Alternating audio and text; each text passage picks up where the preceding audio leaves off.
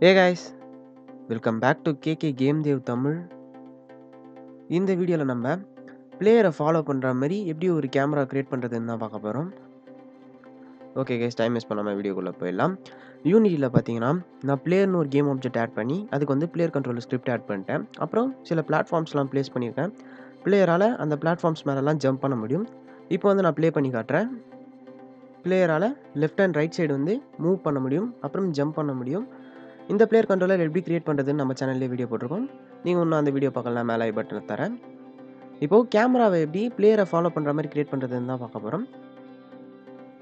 எந்த ஒரு ப்ரோக்ராமுமே பண்ணாமல் யூனிட்டியில் இருக்க பேக்கேஜ் மேனர் யூஸ் பண்ணி தான் நம்ம வந்து பிளேயரை ஃபாலோ பண்ணுற மாதிரி கேமரா கிரியேட் பண்ண போகிறோம். இப்போ வந்து விண்டோவில் போய்ட்டு பேக்கேஜ் மேனேஜர் ஓப்பன் பண்ணிக்கிறேன். ஓப்பன் பண்ணதுக்கப்புறம் இதில் சினிமிஷின்னு சர்ச் பண்ணுறேன். சினிமிஷினை கிளிக் பண்ணிவிட்டு கீழே பார்த்தீங்கன்னா இன்ஸ்டால்னு இருக்கும். ஸோ அதை வந்து கிளிக் பண்ணிக்கிறேன். இப்போ வந்து சினிமிஷின் பேக்கேஜ் வந்து நம்மளோட ப்ராஜெக்டில் இம்போர்ட் ஆகும். ஸோ இம்போர்ட் ஆகி முடிகிற வரைக்கும் வெயிட் பண்ணுங்கள். இப்போ பார்த்தீங்கன்னா சினிமிஷின் பேக்கேஜ் வந்து நம்ம ப்ராஜெக்டில் இம்போர்ட் ஆகிடுச்சு. இப்போ வந்து பேக்கேஜ் மேனேஜரை க்ளோஸ் பண்ணிக்கோங்க. க்ளோஸ் பண்ணதுக்கப்புறம் விண்டோ பக்கத்தில் பார்த்தீங்கன்னா சினிமிஷின்னு ஒரு நியூ டேப் ஒன்று ஓப்பனாக இருக்கும். நம்ம வந்து நம்ம பிளேயரை ஃபாலோ பண்ணுறதுக்காக 2D கேமரா தான் க்ரியேட் பண்ணணும்.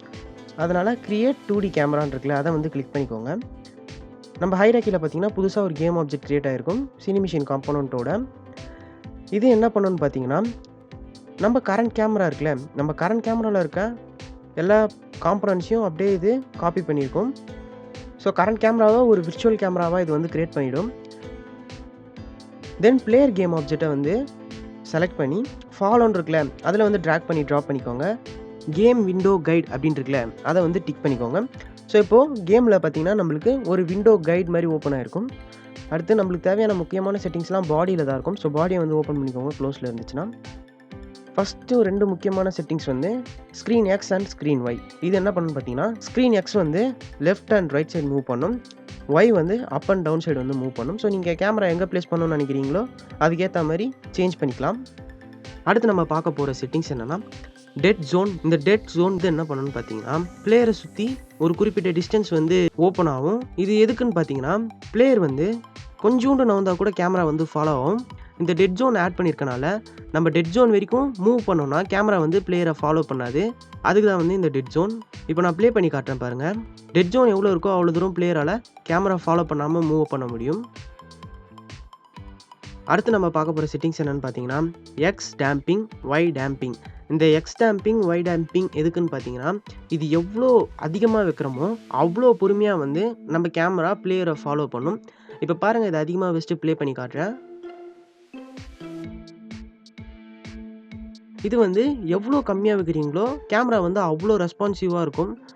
நான் வந்து 0.5 யூஸ் பண்ணிக்கிறேன். இது வந்து கரெக்டாக இருக்கும் எனக்கு. இப்போ வந்து பிளேயர் ஜம்ப் பண்ணுறாருன்னா கரெக்டாக ஃபாலோ ஆகும்.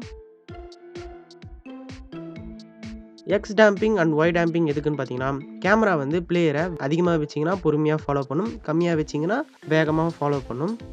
பாடியில் பார்த்தீங்கன்னா நம்மளுக்கு தேவையான செட்டிங்ஸ் அவ்வளோதான். ஸோ இந்த காம்பனன்ட்ஸ்லாம் யூஸ் பண்ணியே நீங்கள் வந்து பிளேயர் கேம் ஆப்ஜெக்டை ஃபாலோ பண்ணுற மாதிரி ஒரு கேமரா க்ரியேட் பண்ணலாம். இதுக்கு நம்ம ப்ரோக்ராமிங்னு எதுவுமே பண்ண தேவையில்லை. யூனிட்டியில் இருக்க சினிமிஷின் பேக்கேஜை மட்டும் இம்போர்ட் பண்ணிட்டாலே போதும், பிளேயரை ஃபாலோ பண்ணுற மாதிரி ஒரு கேமராவை க்ரியேட் பண்ணிடலாம். ஓகே கைஸ், அவ்வளோதான் கைஸ். இந்த வீடியோ பிடிச்சிருந்தா லைக் பண்ணுங்கள். இந்த வீடியோவில் எதனா டவுட் இருந்தால் கமெண்ட் செக்ஷனில் கமெண்ட் பண்ணுங்கள். நீங்கள் இன்னும் நம்ம சேனலை சப்ஸ்கிரைப் பண்ணலாம், கீழே இருக்க ரெட் கலர் பட்டனை கிளிக் பண்ணி சப்ஸ்கிரைப் பண்ணிக்கோங்க. நான் உங்களை அடுத்த ஒரு ஆசமான வீடியோவில் சந்திக்கிறேன் கைஸ். சியர்ஸ்.